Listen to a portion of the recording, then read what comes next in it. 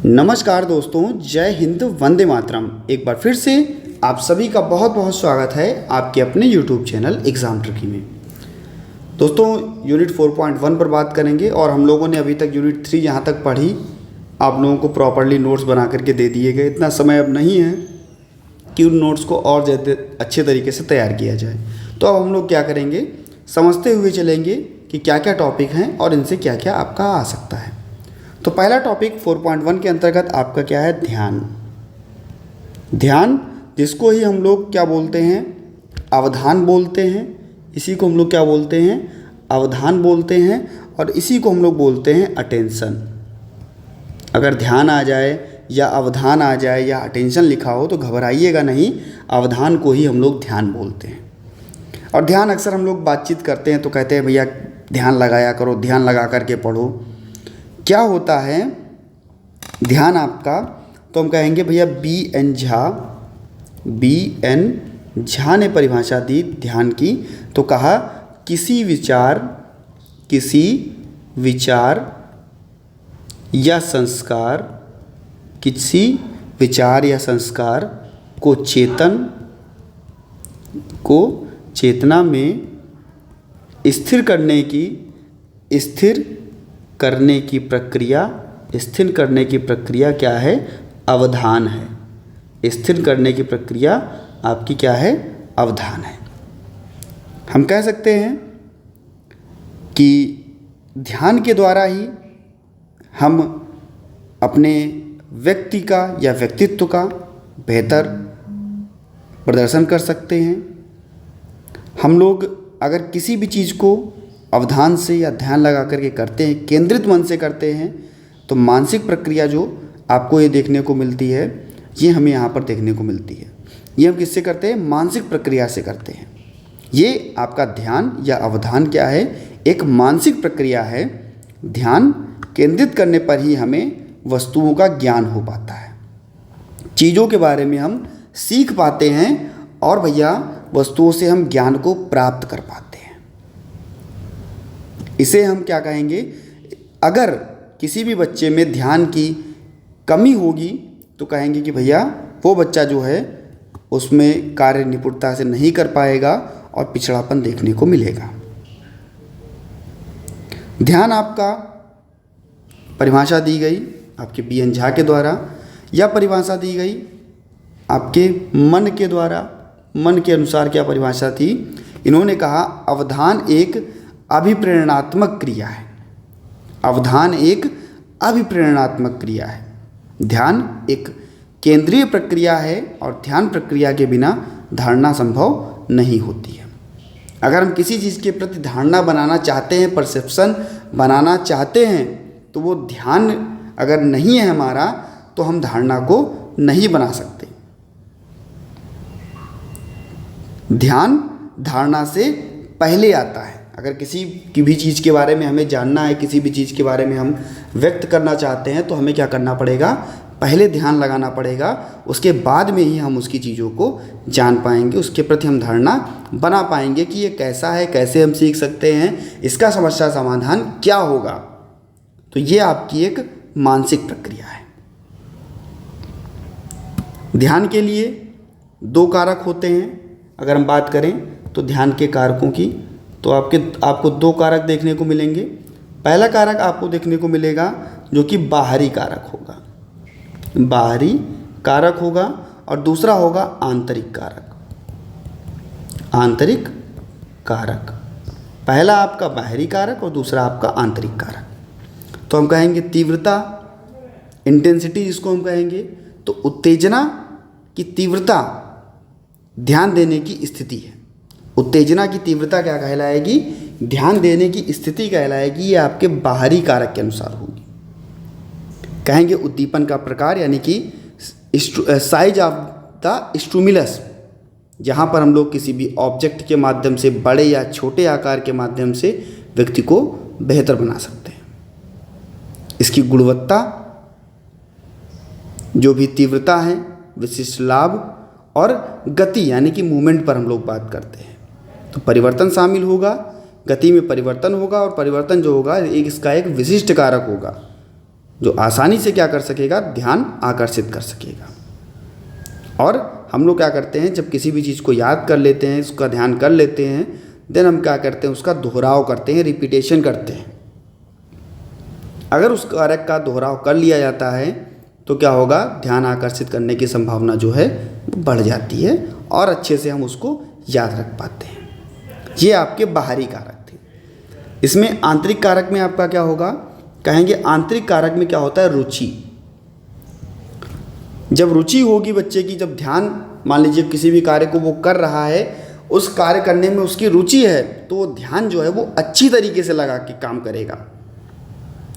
और अगर उस कार्य को करने में अप टू डेट है वो कार्य, यानी कि उस कार्य में नवीनता है, तो क्या करेगा, बच्चे को रुचि पैदा होगी और बच्चे नए खिलौने, मोटरसाइकिल या जो आकर्षक चीज़ें हैं, आकर्षित होने वाली चीज़ें हैं, इसके माध्यम से क्या कर सकेगा, बच्चा नवीनता को देखते हुए बेहतर कार्य कर सकेगा। आदत और शिक्षा, अगर बच्चे को प्रशिक्षित करना है और अगर नए ज्ञान को हमें उसको बढ़ाना है तो उसकी सुविधा भी बहुत ज़रूरी होगी। ये आपका क्या कहलाता है, ध्यान, जिसको हम लोग अवधान भी बोलते हैं, अटेंशन बोलते हैं।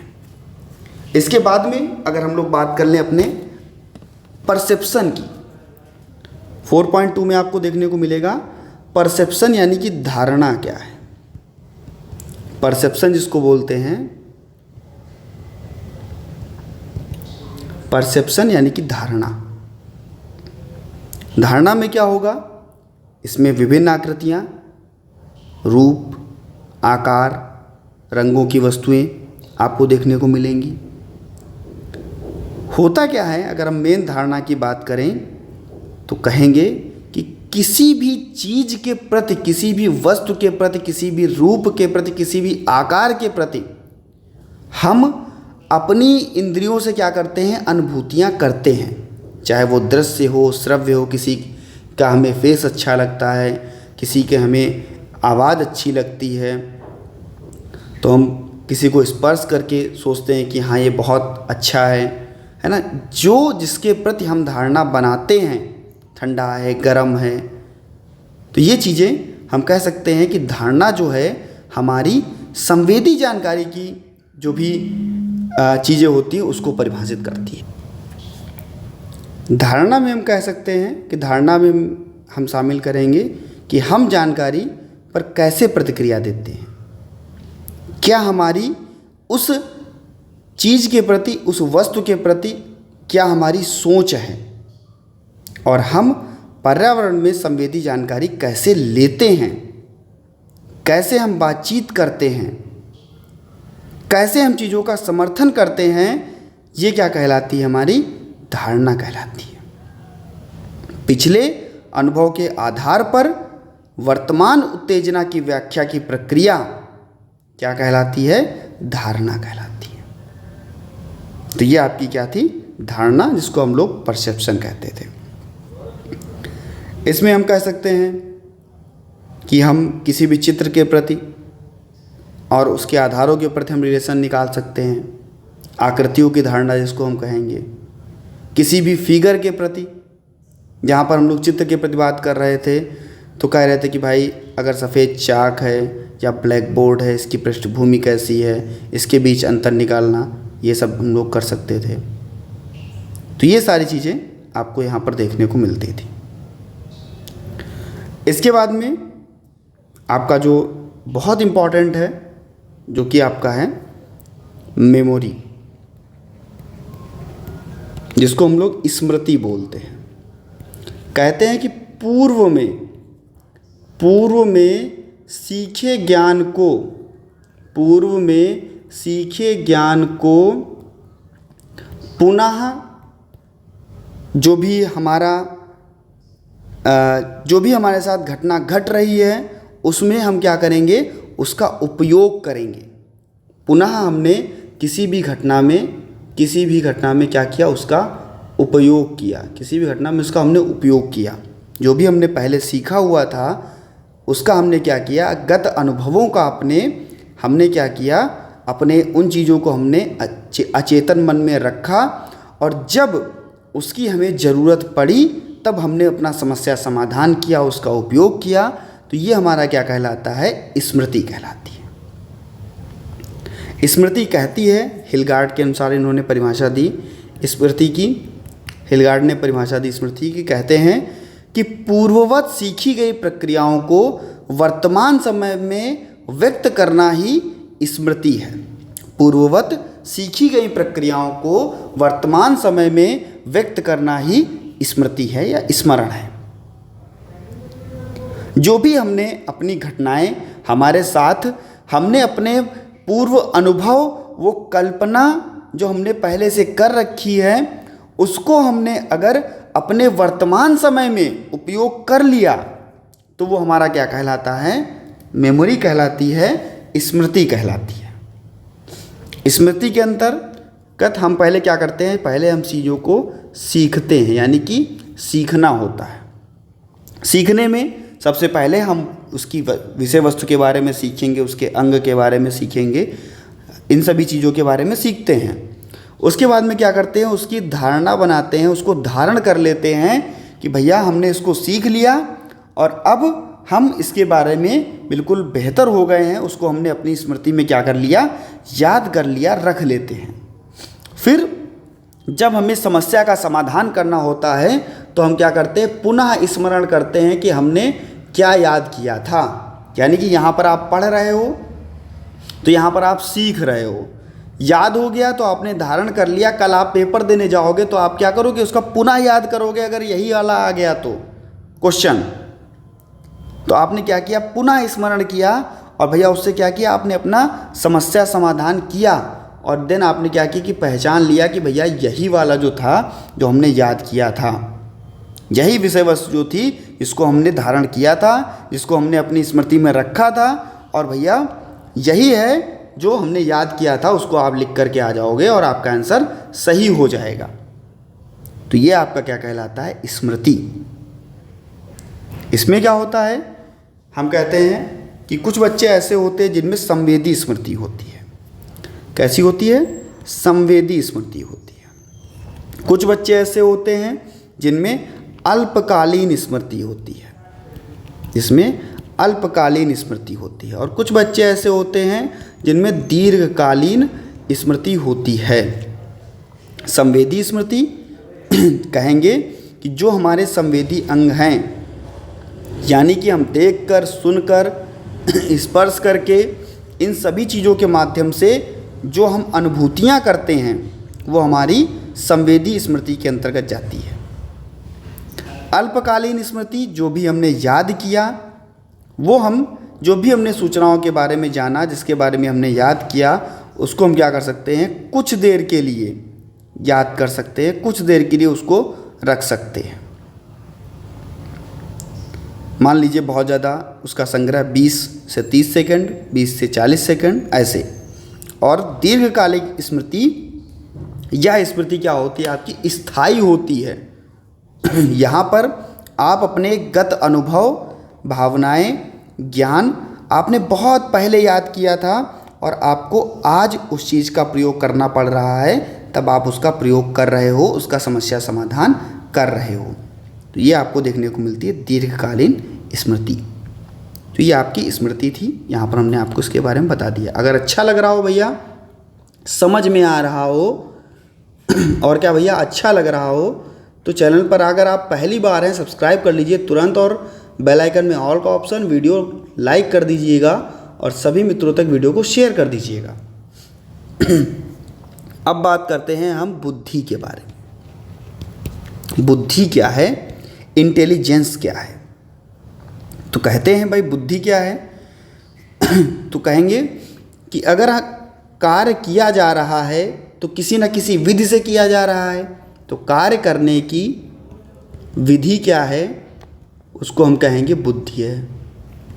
हम अगर समस्या आ रही है और उसका हम समाधान कर रहे हैं, तो हम किसके द्वारा कर रहे हैं? किसी भी समस्या का समाधान हम किसके द्वारा कर रहे हैं? और अपने हम उद्देश्यों की प्राप्ति कर रहे हैं। उद्देश्यों की प्राप्ति कर रहे हैं तो किसके द्वारा? तो भी हम बुद्धि के द्वारा कर रहे हैं। यानी कि बुद्धि एक सार्वजनिक क्षमता है जिसके सहारे व्यक्ति उद्देश्यपूर्ण क्रिया करता है, विवेकशील चिंतन करता है और जो भी नई परिस्थितियां हैं उसमें वो समायोजन करता है। तो ये आपकी क्या कहलाती है? बुद्धि कहलाती है। समस्या समाधान करने की क्षमता किसके पास? बुद्धि के पास। यानी कि बुद्धि अगर वातावरण में समायोजन कर रहा है बच्चा तो बुद्धि, अमूर्त चिंतन कर रहा है, विवेकशील चिंतन कर रहा है तो बुद्धि के कारण, अपने आसपास के वातावरण को अनुकूल बना रहा है, अपने अनुसार बना रहा है तो बुद्धि। अब हम बात करते हैं बुद्धि के प्रकारों की। बुद्धि के प्रकार तो कहेंगे पहला आपका अमूर्त बुद्धि, दूसरा आपका मूर्त बुद्धि जिसको हम लोग स्थूल बुद्धि भी कहते हैं, और तीसरा आपका सामाजिक बुद्धि। सामाजिक बुद्धि तो कहेंगे अमूर्त बुद्धि, जहाँ पर व्यक्ति के पास गणित, नए शब्दों के बारे में, नए संकेतों के बारे में, उनका समस्या समाधान करना, पढ़ना लिखना, तर्क करना, कवि, साहित्यकार और चित्रकार ऐसे लोग बन सकते हैं, तो उनके पास होगी अमूर्त बुद्धि। मूर्त बुद्धि किसके पास होगी? तो हम कहेंगे कि मूर्त बुद्धि या स्थूल बुद्धि जो इसका उत्तम उपयोग कर रहा होगा, यानी कि यांत्रिक बुद्धि इसको कहा जाएगा। दैनिक जीवन में जो मूर्त बुद्धि है उसका सहारा लेकर उपयोग कर रहा होगा। सामाजिक बुद्धि अपने समाज के परिवेश के प्रति जो बुद्धि होती है, जैसे कि अपने नेताओं के पास होती है, जैसे कि अपने नेताओं के पास होती है। यहाँ पर मूर्त बुद्धि अपने आर्किटेक्चर हो सकते हैं। तो ये आपकी बुद्धि कहलाती है। 3 प्रकार की, ये आपको तीनों प्रकार थॉर्नडाइक ने बताए। इसके बाद में वेरी वेरी इंपॉर्टेंट ऐसे से करके लगा लो, multiple intelligence. Multiple intelligence, multiple intelligence यानी कि ये दिया आपका हावर्ड गार्डनर ने। हावर्ड गार्डनर ने मल्टीपल इंटेलिजेंस थ्योरी दी, जहाँ पर उन्होंने बताया कि बहुबुद्धि का सिद्धांत है ये भैया 1983 में दिया गया, 1983 में दिया। और इनकी पुस्तक थी frame of mind, the theory of multiple intelligence. इन्होंने 8 प्रकार की बुद्धियों के बारे में बताया और कहा कि प्रत्येक बुद्धि जो है एक दूसरे से अलग होती है, एक दूसरे से बिल्कुल भिन्न होती है, और सभी के पास में ये बुद्धियाँ अलग अलग होती हैं। सभी के पास सारी बुद्धियाँ नहीं होती। ये बुद्धियाँ स्वतंत्र रह करके कार्य करती हैं। जैसे पहली बुद्धि इन्होंने बताई शारीरिक गतिक बुद्धि, जिसको हम लोग बॉडी कैनेस्थेटिक इंटेलिजेंस भी बोल सकते हैं। इसमें क्या होता है, शारीरिक गतिक बुद्धि में बच्चा अपनी शरीर की गति को लचीला बना करके, शरीर को लचीला बना करके, जैसे मान लीजिए कोई खिलाड़ी हो, कोई शल्य चिकित्सक हो, कोई धावक हो, उसके पास शारीरिक गतिक बुद्धि अच्छी होती है, तो उससे वो बन सकता है अपना खिलाड़ी। इसके बाद में आपका आता है तार्किक गणितीय बुद्धि। तो हम कहेंगे ऐसे बच्चे के पास में क्या होगा, गणित की बुद्धि बढ़िया होगी, वो गणितज्ञ बन सकता है। ऐसे ही आपका अंतरावैयक्तिक बुद्धि, जहाँ पर बच्चा मनोवैज्ञानिक, धार्मिक नेता, सामाजिक कार्यकर्ता बन सकता है। अंतःवैयक्तिक, जहाँ पर बच्चा गहरी सोच में डूबा रहेगा, प्रेरणा करेगा, इच्छाएं जागृत होंगी, बच्चा दार्शनिक, डिज़ाइनर बन सकता है। भाषागत बुद्धि, जहाँ पर बच्चा कवि बन सकता है, जिसके पास भाषा की बुद्धि अच्छी होगी। जहाँ पर विजुअल या देशिक बुद्धि अच्छी होगी, जैसे कि बच्चा चित्रकार, नाविक ऐसे बन सकता है। संगीतिक बुद्धि यानी कि संगीतकार बन सकता है बच्चा। और प्राकृतिक बुद्धि यानी कि सबसे ज़्यादा प्राकृतिक बुद्धि अपने किसान के पास। तो भैया किसान जो है अगर देखने को मिलता है तो पेड़ पौधों के बारे में बेहतर जानता है, तो किसान बन सकता है। या और भी अपना वनस्पति वातावरण का वैज्ञानिक बन सकता है, वेटनरी डॉक्टर बन सकता है, वो भी जानवरों के बारे में जानता होगा, पशुओं के बारे में जानेगा, तो ये बन सकता है। तो 8 प्रकार की बुद्धियाँ जो कि हार्वर्ड गार्डनर जी ने बताई और ये आपकी बहुत इम्पॉर्टेंट थी। इसके बाद में हम बात करते हैं आपका नेक्स्ट यूनिट, आपका यूनिट 4.5 जो है आपका मोटिवेशन। क्या है आपका मोटिवेशन, जिसको हम लोग क्या बोलते हैं, प्रेरणा। इसी को हम लोग बोलते हैं अभिप्रेरणा, प्रेरणा या अभिप्रेरणा। तो इसको याद रखिएगा। अभिप्रेरणा क्या होती है, कहेंगे हम भाई कोई भी हमें मोटिवेशन दे रहा होता है तो हम क्या करते हैं, किसी भी कार्य को करने के लिए प्रेरित होते हैं आंतरिक रूप से। किसी भी प्रकार की हमें क्या मिलती है, एक ऊर्जा मिलती है, किसके द्वारा, प्रेरणा के द्वारा, मोटिवेशन के द्वारा। किसी भी कार्य को करने के लिए हम प्रेरित होते हैं, किसके द्वारा, मोटिवेशन के द्वारा, अपनी आवश्यकता और रुचियों को ध्यान में रखते हुए। हम कहेंगे कि अभिप्रेरणा क्या है, तो वुडवर्थ ने परिभाषा दी, क्या कहा भैया, कि यह व्यक्ति की वह अवस्था है जो किसी निश्चित व्यवहार या निश्चित उद्देश्यों को प्राप्त करने के लिए बाध्य करती है। हमने आपको आज मोटिवेशन दिया कि भाई कल का पेपर आपको बहुत अच्छा करना है, आप बढ़िया से मोटिवेट हुए, आप जा कर के बढ़िया से पेपर दे करके आए और कहा सर मैं पूरा करके आया। उसमें मैंने आपको मोटिवेशन दिया कि आप अगर ये कर लोगे तो आप ऐसे हो जाओगे, ये कर लोगे तो आप ऐसे हो जाओगे।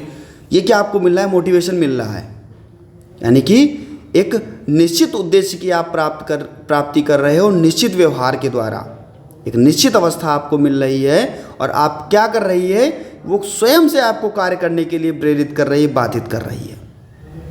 वो आपका क्या कहलाएगा, मोटिवेशन। मोटिवेशन जब व्यक्ति को खुद से मिलता है, आंतरिक रूप से मिलता है, तो वह और बेहतर रूप से कार्य करता है। शारीरिक और मानसिक अवस्थाएं जो हैं उसकी और बेहतर रूप से कार्य करती हैं। मोटिवेशन क्या है, एक ऊर्जा है जो आंतरिक रूप से कार्य करना प्रेरित करती है। नकारात्मक और सकारात्मक ये दोनों प्रकार का आपका हो सकता है, जिसमें व्यक्ति के निश्चित उद्देश्य और लक्ष्य की प्राप्ति होगी। उद्दीपन अनुक्रिया को परिभाषित करता है आपका मोटिवेशन। तो ये सारी चीज़ें आपका मोटिवेशन कहलाती है, मोटिवेट आपको करती है। कहते हैं कि भाई प्रेरणा आंतरिक होती है और बाह्य होती है। आंतरिक प्रेरणा और बाह्य प्रेरणा, स्वयं से अगर हम किसी भी कार्य को करने के लिए आंतरिक रूप से तत्पर हो रहे हैं तो हमारी आंतरिक प्रेरणा कहलाती है। किसी दूसरे ने आपको तत्पर किया तो वो आपकी बाह्य प्रेरणा कहलाती है। तो ये आपका क्या कहलाता है, मोटिवेशन, जो कि इम्पॉर्टेंट था, आपको बता दिया गया और आपका इस प्रकार से यूनिट 4 ख़त्म हुआ। समझ में आ गया हो तो भैया तुरंत क्या करना है, आपको अपने सभी मित्रों तक वीडियो को शेयर करना है और वीडियो को लाइक करना है। चैनल पर पहली बार थे, सब्सक्राइब करने के बाद में बेल आइकन में ऑल का ऑप्शन। आप सभी का बहुत बहुत धन्यवाद। आप सभी ने अपने एग्जाम टर्की परिवार को भारत का विशेष शिक्षा का नंबर 1 चैनल बनाया, इसके लिए आप सभी का बहुत बहुत धन्यवाद। मिलता हूँ बहुत जल्द नेक्स्ट वीडियो में, बने रहिएगा आपके अपने चैनल एग्जाम टर्की पर। धन्यवाद।